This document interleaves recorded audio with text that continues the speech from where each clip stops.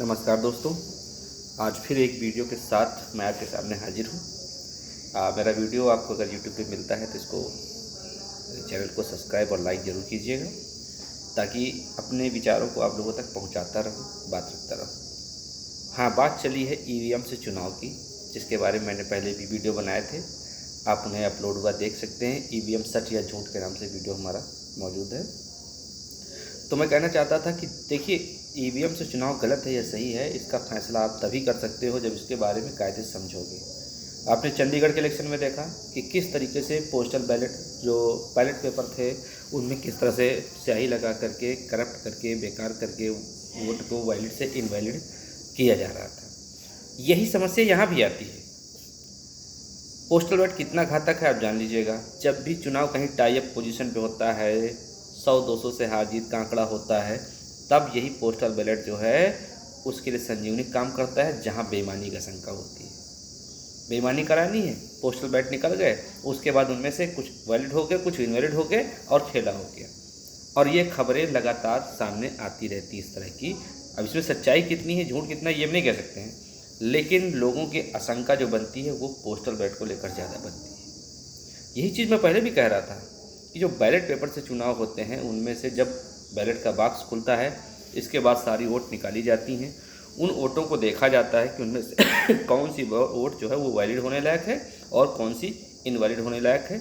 इस तरह उन वोटों को छांट करके अलग कर दिया जाता है। जब कहीं रिकाउंटिंग की बात आती है तो फिर यही चीज़ आती है कि अभी और अनवैलिड वोट निकलेंगी, या किसी की वैलिड वोट को इनवैलिड किया जाएगा, इनवैलिड वोट को वैलिड बताया जाएगा। ये सारी दिक्कतें कब आती हैं? जब आप बैलेट पेपर से चुनाव कराते हो। मेरा सीधा सा कहने का मतलब सिर्फ एक ही था कि जहाँ कहीं भी आशंका पैदा होती है तो बैलेट वाली वोट को लेकर ज़्यादा पैदा होती है, ना कि ईवीएम से। ईवीएम से चुनाव मेरे हिसाब से बिल्कुल साफ़ सुथरा होता है, इसमें कहीं कोई फ्रॉड नहीं है। क्यों फ्रॉड नहीं है, कारण मैं बताना चाहता हूँ। क्योंकि जो भी ईवीएम मशीन होती है, सबसे पहले मॉक पोल होता है 1.5 घंटे में, उसकी टेस्टिंग होती है। 50 वोट डाल करके सारी कैंडिडेट को दिखाया जाता है। जब मशीन सही होती है, लोग सेटिस्फाई होते हैं, सब लोग उस मॉक पोल सर्टिफिकेट में सारे एजेंट लोग साइन कर देते हैं कि हाँ मशीन सही है, बेहतर तरीके से काम कर रही है, तब जा कर के उससे पोलिंग कराई जाती है, वोटिंग कराई जाती है। तब अपने मन से खुद विचार कीजिए कि ये जो ईवीएम का जो मुद्दा जो उठाया जाता है, उसमें बवाल किया जाता है। देखिए, जो खराब है खराब वो हटा दी जाती है, वो पहले ही हटा दी जाती है, इसमें कोई कहने वाली बात नहीं। लेकिन जो सही है उन्हीं को यूज में लिया जाता है, और उसके साथ ही उस ईवीएम मशीन को बहुत अच्छे से हमारे जितने भी पीठासीन अधिकारी होते हैं, सभी एजेंट के सामने उसको चेकअप करने के बाद उसको सील करते हैं। और एजेंट भी अपने साथ मोहर भी लाते हैं। कहीं कहीं एजेंट अपने पास मोहर लेके आते हैं और उस सीलिंग में अपनी भी मोहर लगा देते हैं कि हाँ ये ओके है। रही बात, देखिए जो बात उठी थी चुनाव के बाद कि फॉर्म 17C, हाँ ये बहुत ज़रूरी दस्तावेज़ है। फॉर्म 17C एक ऐसा दस्तावेज़ है जिसमें आपका जो पीठासीन अधिकारी होता है वो बताता है कितने लोगों ने वोट किया, कितनी महिलाओं ने वोट किया, कितने पुरुषों ने वोट किया, टोटल पोलिंग कितनी हुई। ये सारी चीज़ जो है लिख करके वो एक फॉर्म पे सिग्नेचर करके वो दे देता है एजेंट को। उसको बोलते हैं फॉर्म 17C। अगर वो और उसका ईवीएम का मिलान सही है तो कहीं कोई डाउट नहीं। मैं तो कहता हूँ कि किसी भी तरीके से ये जो पोस्टल बैलेट का सिस्टम है ये बंद होना चाहिए।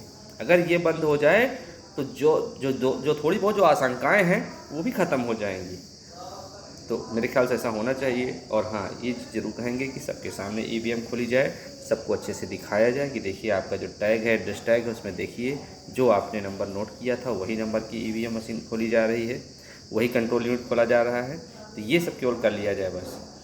और मेरा ये वीडियो बनाने का एकमात्र उद्देश्य यही है कि लोगों में जागरूकता फैलाना। मतलब तो क्या मतलब है, बिना मतलब में उल्टा सीधा बातें करके लोगों को जो भ्रमित करना और इस लोकतांत्रिक प्रक्रिया से लोगों का विश्वास उठाना, ये अच्छी बात है। और मैं इसके बिल्कुल खिलाफ हूँ, चाहे मैं सत्तारूढ़ दल को पसंद करता हूँ या ना करता हूँ, ये अलग मैटर है। और जो भी लोग हैं वो सब जानते हैं मुझे अच्छी तरीके से कि मैं किस तरह की विचारधारा का हूँ, मैं किस को मानता हूँ, किसको नहीं मानता हूँ। मैं फिर एक बार कहता हूँ, मैं संविधानवादी हूँ। मैं इस देश के संविधान को सर्वोच्च धार्मिक पुस्तक मानता हूँ, इससे बढ़कर कुछ नहीं मानता हूँ। तो इस सोच के साथ मैं अपने वीडियो को बनाता हूँ। और उम्मीद करता हूँ कि आप लोग अगर मेरा वीडियो पा रहे हैं यूट्यूब पे या फेसबुक पे, जहाँ कहीं भी, इसको सब्सक्राइब कीजिएगा, लोगों को शेयर कीजिएगा। मेरी अवेयरनेस जो मेरे पास है मैं बता रहा हूँ, लोगों तक पहुँचाएगा।